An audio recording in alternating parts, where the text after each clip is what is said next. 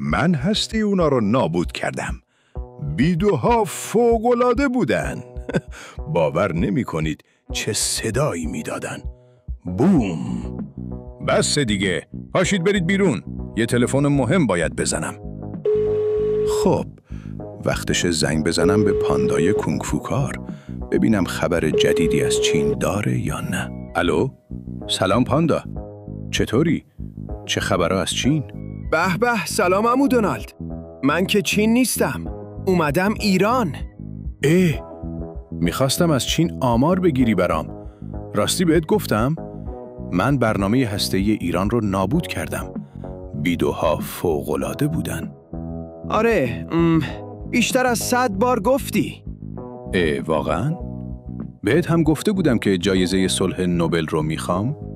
تا وقتی پوریای ولی هستش، فکر نکنم این جایزه به تو برسه. چی؟ پوریا؟ اگه اون باشه که جایزه حتما مال اون میشه. شمارشو برام بفرست که ببینم چطوری میتونم راضیش کنم. باشه.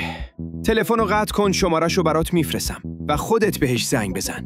باشه. فقط یادت نره که اونا هسته‌ایشون کامل نابود شده. خدافظ. باشه. خدافظ. خب، این پوریا حرف حسابش چیه؟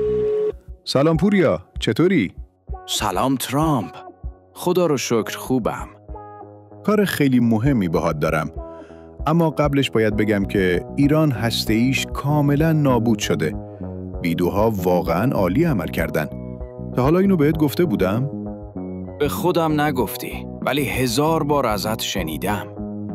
اگه شما هم میدونید که هسته‌ای اونا نابود شده و بیدوها فوق‌العاده بودن، این ویدیو رو لایک کنید و کانال جاس استودیو رو سابسکرایب کنید. خب ترامپ، کارت رو بگو. چی کار داری باهام؟ پوریا، سری برم سر اصل مطلب. بی خیال جایزه صلح نوبل شو. باشه، ولی به یک شرط. باشه. هر چی بگی قبوله. باید باهام مبارزه کنی. اگه تو مبارزه پیروز شدی، من هم بی خیال جایزه صلح نوبل میشم. باشه. ولی من که تو ایران پرونده دارم، نمیتونم بیام. به تو هم که ویزا نمیدم بیای.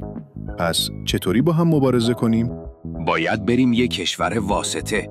یه میانجی. اونجا میتونیم یه مبارزه غیر مستقیم داشته باشیم. مبارزه غیر مستقیم؟ باشه، فکر کنم فهمیدم کجا باید بریم. هماهنگ میکنم. بهت SMS میدم که کجا بیای. خب، وقتش زنگ بزنم به همون میانجی همیشگی. اهلا و سهلا. پرزیدنت عزیز، چطوری؟ به به، سلطان میانجیگری خاورمیانه و هومه، چطوری؟ یه میانجیگری جدید برات دارم. به به، چرا که نه؟ با کی میخوای وارد مذاکره بشی؟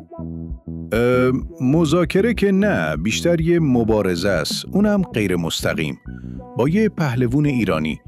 تو به این چیزا کاری نداشته باش، فقط یه زمین مبارزه برامون آماده کن. مبارزه غیر مستقیم دیگه چیه؟ ولی باشه، هماهنگ میکنم. خب، بالاخره رسیدم عمان، ولی خیلی هوا شرجیه. آقای راننده، میدونستی من هسته‌ای اونا رو نابود کردم؟ پس برام یه محسن چاوشی پلی کن که تو این هوای گرم میچسبه. تو هوای گرم بندر، توی بازار خورم شردیدمت، با ناشناسی نفسم در نمیاد. قلب ما ضعیف دختر داره بوم بوم میزنه. اون غریبه کیه باته، چی میگه به چی میخواد. بالاخره رسیدیم خدایا به امید تو. فکر نمی کردم جرأت کنی بیای و با من مبارزه کنی. یه جوری میزنمت که نفهمی از کجا خوردی. راستی، بهت گفته بودم تأسیسات هسته‌ای ایران کامل نابود شده؟ در سطح کلان گی میخوری. بیا ببینم چی بلدی. چی میخواد اینه که ریبونه اصلا هرچی دارم مال تو. نفسم تا این تو دختر، همه دردات مال ما. میخرم سال دیگه واسد علنگ روی طلا، تا ابد به باد میشین و باد میمونم. آی ننه، آی سرم درد میکنه پرستار. میدونستی هسته‌ای اونا کاملا نابود شده؟ بیدوها واقعاً عالی بودن. جایزه صلح نوبل رو نتونستم بگیرم، ولی جایزه صلح فیفا رو حتما میگیرم. اما پرزیدنت، همچین جایزه ای اصلاً وجود نداره. چرا وجود داره؟ میخوان به من بدن. خب نفرای قبلی که این جایزه رو بردن کیا بودن؟ ها؟ کی؟ چی؟ ها؟